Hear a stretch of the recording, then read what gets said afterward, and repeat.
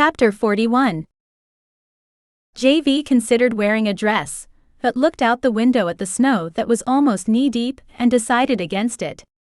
Instead, she settled on a snug low-cut sweater and her nicest pair of jeans. Steve had informed her he was taking her out tonight and to dress up. Given the weather, she decided these were her best option.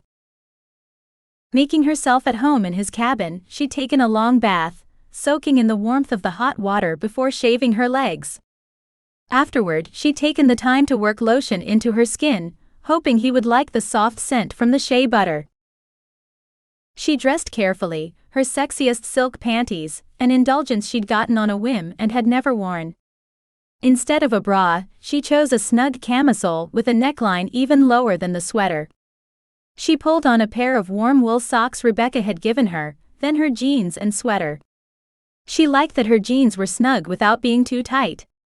She ran one hand up her leg and over her ass, enjoying the way they hugged her butt and thighs before flaring out over her boots. Her makeup took longer than it should have, but she wanted it perfect, and since she didn't wear it often, she was out of practice. She dried and fluffed her hair, leaving it down for a change. Finished dressing, she pulled on her jacket and headed up to the main house to wait for Steve. He'd gathered his clothing while she was in the tub, and gone to the other bathroom to shower and dress. At the back door of the big house, she knocked the snow from her boots. She didn't want to have to take them off only to carry them through the house, then put them back on in a few minutes. "Wow, look at you," Rebecca said as soon as she got a look at her. "Thanks." JV turned in a slow circle. "You think he'll like it?" "Honey, you could wear a burlap sack and he'd love it," her friend said. The idea made JV grin. She tugged off her coat to let the other woman see the whole outfit. Dropping it on the table, she spun again. "What do you think?" "I think he'll be drooling though dinner and have a hard time keeping his hands off you later." She gave her friend a bright smile. "What's he got planned?" "Do you know?" "I can't say. I've been sworn to secrecy." Rebecca drew a cross over her heart with one finger. JV sighed. "I guess I'll find out when we get there." The sound of boots on the back porch made them turn toward the mudroom, both of them expecting the same person. A cold blast of wind rushed into the room as the outside door opened, then closed, and Steve appeared in the door. He stood a moment, speechless as he looked at Jade standing in front of him, ready for the date he was taking her on. He went to her and pulled her into his arms. "You look amazing." He lowered his head and covered her mouth in a brief, hard kiss. "Good evening." He turned his attention to Rebecca. "How are you this evening?" "Good." She grinned at them. "It seems like I only get sick if I go too long without eating." "All the more reason for that old man of yours to keep you well fed." He glanced around the room. "Speaking of, where is he?" "In his office. He said he had some paperwork to get done." She watched them as Steve stood with one arm around JV. "Where's Bobby?" Ever the protector, he was making sure his clan leader and wife would be safe while he was gone. "Bobby's in the living room. We'll be fine while you're out. I promise." She seemed to read his mind. "You two go on, have fun."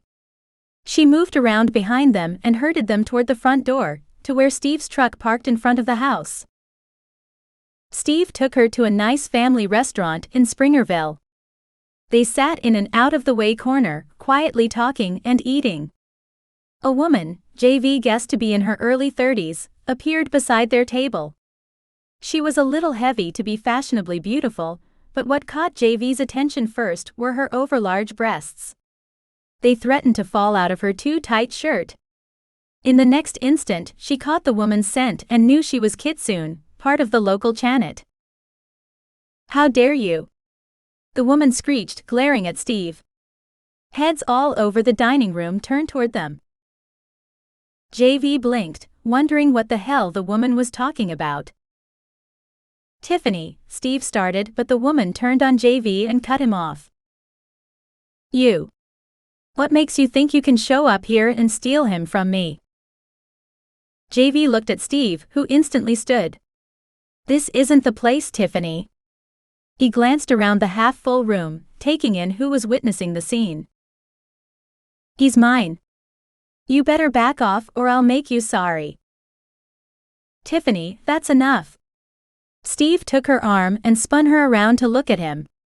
Go home. This is not the time or the place. To hell with the time or place. She jerked her arm from his grip and turned back to JV. I'll just make you pay now. She grabbed JV by the hair and yanked her out of her chair. JV landed on her knees and tried to stand to fight back, but she found she couldn't move. She couldn't speak or move at all. I can't move.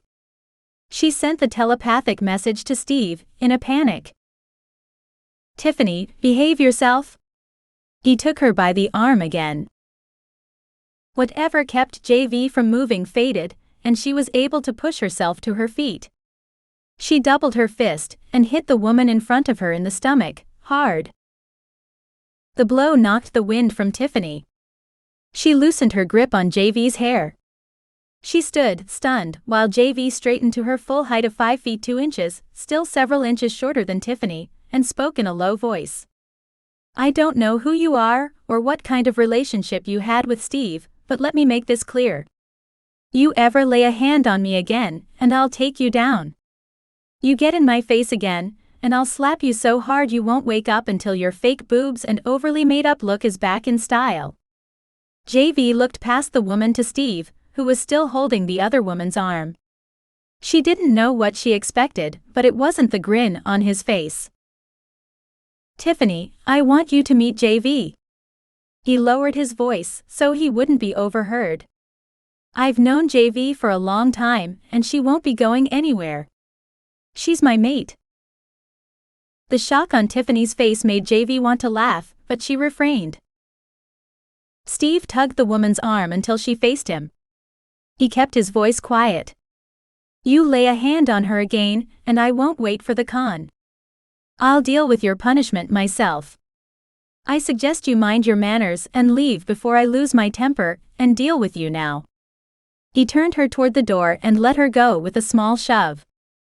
It wasn't enough to propel her away from them, but enough for her to know he meant it. I'm sorry. He moved to JV.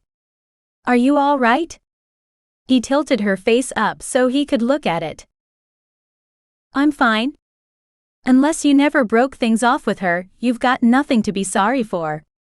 She pulled away and took her seat. Breaking it off would imply that we were actually seeing each other to begin with. He took his own seat and watched as she resumed eating. You weren't dating? He shook his head. She's been following me around for months, asked me to a couple different functions. I found one excuse or another not to go, but she's been persistent. Looks like she thought you were together. What is it they're saying these days? He took a drink while he thought. She's a special kind of crazy? JV laughed. From what she'd witnessed, she believed him.